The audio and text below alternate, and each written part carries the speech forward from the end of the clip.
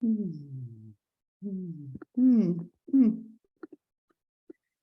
So today I brought up this question because today here in the US, it is today. In India, it was last night. It's Mahashivrathri. And I don't know how many of you know what that is, but it brings up for me this question about an entrenched and a deeply formed and a deeply received and believed concept within the Hindu tradition of this one entity or deity that is so important in such a big part of life that this day, as I'm going to describe it to you, this Mahashivratri, everybody in India is participating in it. Every Hindu is in some way participating in this activity. It's a once a year festival that celebrates the Hindu god Shiva. And it originated from what we can find in written and oral recordings that have been passed down through generations. It began about 5th century BCE, this tradition of Mahashivratri. And it refers to the night when Shiva performs this heavenly dance called the Tandava, or the dance of creation. And this is so important because he is the god that is involved in the dissolution of how things are in order to make space for the creation of what is new, which we talk about all the time. How do we let go of that which isn't serving us, allow the chaos of the new form to take place, and out of that grows the new creation that is more suited to who we are and to the circumstances in our life. So this festival it's solemn and it's very celebratory. The people are celebrating, but they're also very serious about it because it marks a remembrance of overcoming darkness and ignorance, which is our opening chant. The Asatoma chant is about overcoming darkness and ignorance and walking into the light and moving from limited to unlimited experience. And so this day and this night is celebrated throughout India as like a new year almost, where you can start anew with how it is you're going to be living your life and how you want to perceive things. So it's observed by chanting prayers. Many people fast for the day, meditating on ethics and virtues such as honesty, non-injury to others, clarity, forgiveness, and Shiva, of course. But unlike most of the Hindu festivals, which are celebrated during the day, Mahashivratri is a night celebration. So ardent devotees remain awake all night. In India and here, where I am, they're going to stay up all night. I don't think I'll be staying up all night, but they will stay up all night. And Sadhguru stays up. It starts at 6 p.m. on Mahashivratri, and it goes until 6 a.m. So they stay up the entire night, and he leads meditations and chants, and they're in between the seriousness of the meditations and the chants and the messaging. There also are bands and music and groups and dancing and all sorts of things that are happening to help keep you awake through the entire night. And you might ask, well, why do we need to stay awake?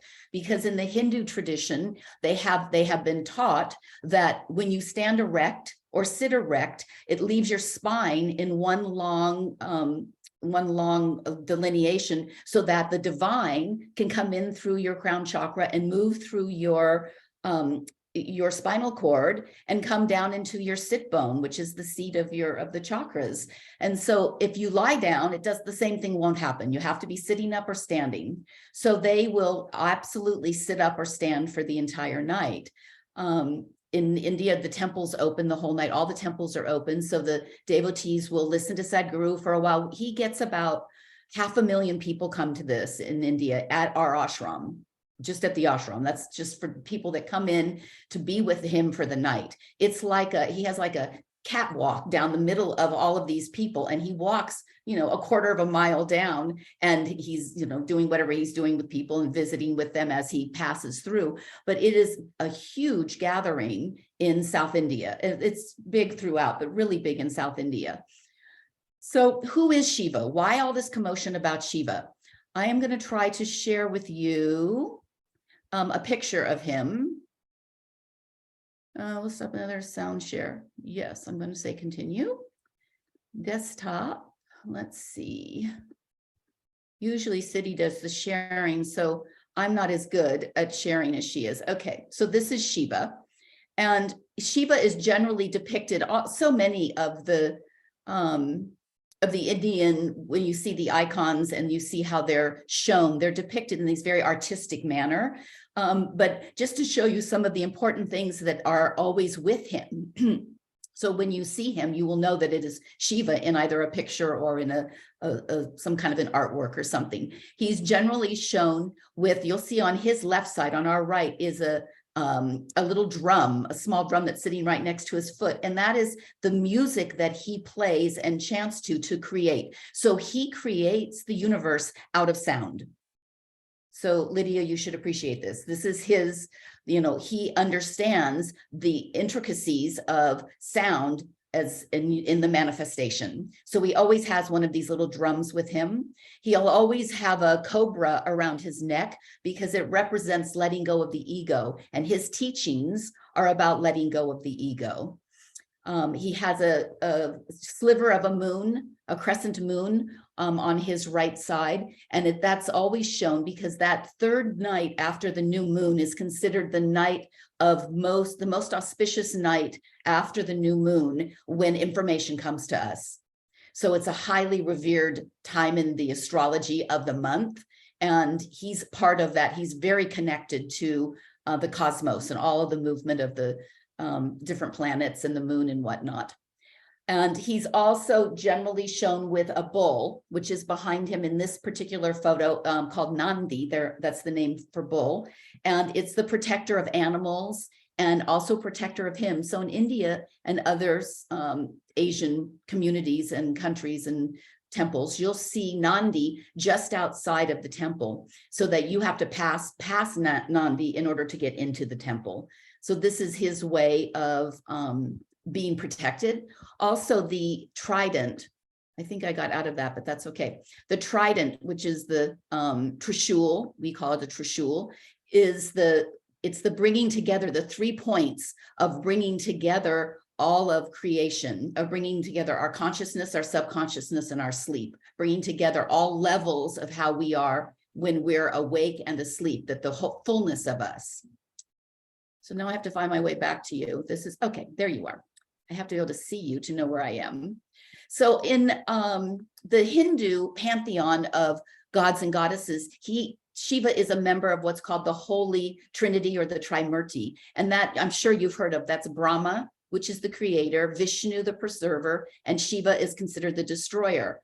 And so what's important for us to think about in this is that these are not 3 different people, but they're dimensions. They're dimensions of our consciousness, the dimension of our consciousness that creates, the dimension of our consciousness that preserves, and the dimension of our consciousness that knows when it's time to let go of something, to dissolve it, to destroy it in order to allow for new creation. So we're not looking at them as and I asked in the beginning, do you believe that these stories are true or symbols? So these are dimensions, so they're symbols. And the stories are the stories that support what the wisdom is that comes through so that people can buy into it. So there are stories to give it framework. Otherwise, it's very difficult for us to understand the movement of these deities. We need to have some kind of an archetype that we can relate to. And each of these different deities have different qualities. But today, the quality of Shiva is the one that is able to dissolve and to completely obliterate that which is not serving us. Shiva is a very complicated god. He's associated with time, and particularly as the destroyer of things within time. So whenever it is the end of a time cycle in the Hindu calendar, Shiva is the one to destroy things so that the time ends, and then there's time to begin something new. So in Hinduism, the universe is thought to regenerate in cycles, and the cycles are 2,160,000,000 years. So the cycle's not going to happen in our lifetime. We are not intersecting with the beginning or the ending of a cycle. But in their understanding, there's a mechanism for how this happens. So it's not just random, even though the narratives may be stories. It's not random because they've witnessed a certain consistency that's been recorded that they use as their guide for how what gives meaning to life. So we're in this, these are called yugas, each of these 2,160,000,000 year cycles. And we're in the Kali Yuga, which in the writings, the thousands of year old writings is the yuga that represents strife, discord, quarrel, contention. Okay, are we in the middle of that? Strife, discord, quarrel, and contention within our worldview? Yes. So it's this is at the end of this Kali Yuga, what they believe happens is that an avatar arrives, and they would consider Jesus an avatar and Buddha an avatar and Krishna is an avatar. And so all of these very wise individuals that come don't just come but happenstance. They come because they're avatars to lead us out of a dark age. Does that sound slightly biblical? I mean, this is what brought me to the whole creation stories and the cycles that we can find, the plagues and the metaphor that appear across traditions to explain the reality and the story of how it is that we're experiencing our life in this embodied form. So are they myths or are they reality? So what I would like to share is a little bit of Joseph Campbell's discussion about this, because he's written a lot, had written a lot about what it is to be in this metaphor of myth. Is it a metaphor? Is it a reality? How do cultures with the anthropological viewpoint, how do they use that for their support and how they understand the world? What is the power? And Joseph Campbell said the power and the function of mythology is to take a framework that we give and that exists within a society or a group of people to educate their young and to provide them with the means for coping with the passage through the different stages from life to birth to death. So he believed that the way that we give context to how it is we come into this world and what happens from there until we go back out needs to have some framework. Otherwise, we don't understand why we're here. And there's a lot of angst around that. So he looks at these different stories that may or may not be true, but the mythology of them is really important to us culturally to understand how it is that we put together our belief system and how we can deal with the tragedies of life. How do we deal with those?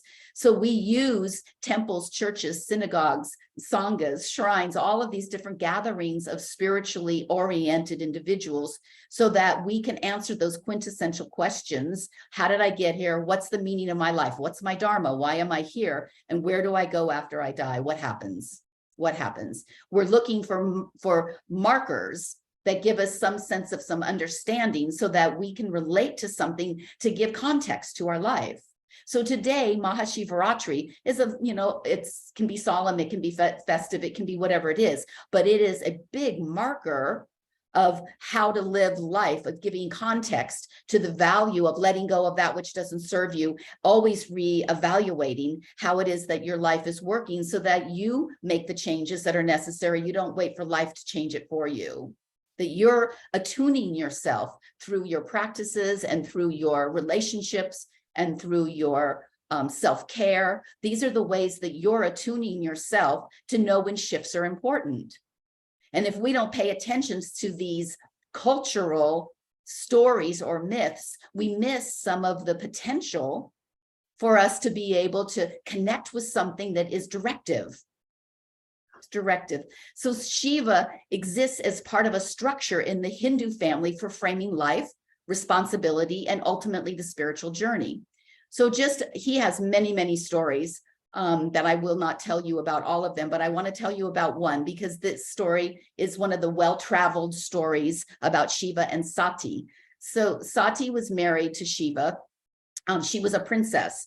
And she was consumed by him for many, many years when he paid no attention to her. The stories and the narrative is that he would sit in meditation and she would bring him food and bring him things and he would just ignore her. He just stayed in his meditative state and he paid no attention to the outside world. He was very bedraggled. His hair was in dreadlocks and he was very unkempt, actually.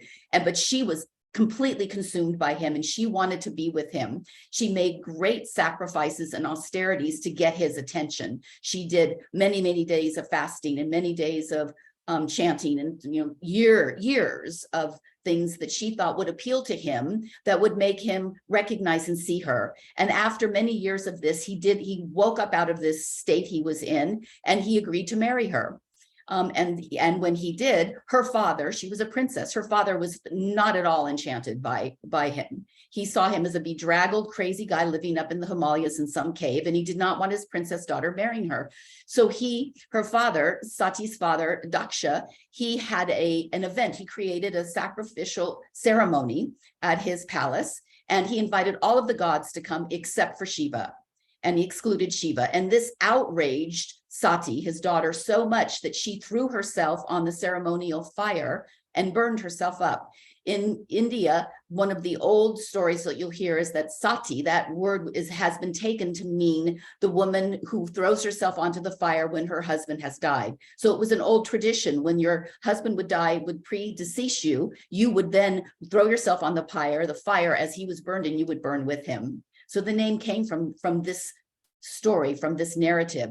So as Shiva felt this happening to Sati, and he went to her, in however energetically he got there, and he scooped her up out of the fire and carried her away across the mountains. But as he carried her, her body was disintegrating because she was burning up, and parts of her body were dropping. And where they dropped across the Himalayas and Ladakh and Eastern India, temples there came up. And today you can go, they're called Shakti Peeths. You can go to these temples. They are presumed and believed, and I've been to many of them. They have a special intense energy of the divine feminine. And you go into it and you sit, and there's something happening there. And they'll tell you, this is the Shakti Peeth of her throat. And this is the Shakti Peeth of her breast. And this is the Shakti Peeth. So they all have claimed a certain body part. How that all happened, we don't know. But that story is vibrant and alive today. And you go into, there's one Shakti Peeth in Assam, which is the womb. And you go into this womb. I have not been able to get to this temple, but I have heard that this temple, you go into it and it's kind of created like a womb, and you go into it and there is something that happens while you're inside of this temple. So here is a story that has been built into the culture and into the tradition in such a way that there's a reverence for these particular spots that were designated thousands and thousands of years ago. And they are, almost all of them are tiny little temples, little small, nothing, not like great, grand. They're very humble, very humble. So Sati was reincarnated as Parvati. So most people will recognize the name Parvati as the goddess that we hear associated with Shiva. So I'm going to stop at this point, but I want to say that let's use today, we have the day of Mahashivrathri, to consciously offer ourselves to the awakening of moving from ignorance into knowledge, or ignorance into truth, that we can keep this on our mind for the day and say that this is a day that is believed by billion people, maybe not the full billion, but probably a good section of them, that this is a day that they reverently move into truth and knowledge out of ignorance, and from darkness into light, and from death into immortality. We can draft on that. Why not? Why not? Let's use this day in whatever way you want to, whatever meaningful way you can imagine, that every time you move throughout this day, you just have a small part of you that remembers that this is a day of moving from ignorance into truth. And enjoy. I just sent to our entire group the Mahashivrathri that you can watch for the rest of the day on YouTube. And you see Sadhguru, you see all the musicians in between. Sadhguru will, offer some meditations. Right now he's dancing, and there are thousands and thousands of people. So what I do on Mahashivrathri, because I do not stay up all night, because I get up at night, so I don't need to. But I just let it run in my room. I just have the screen on. I listen to the music, and when Sadhguru comes on, I do the meditation with him. It's just a beautiful event, So if you go to YouTube, or if you click on the link I sent you through. I don't see the link, Siddhi. Did you send it in the chat? I don't see. Through WhatsApp. Oh, through WhatsApp. Can you put it in the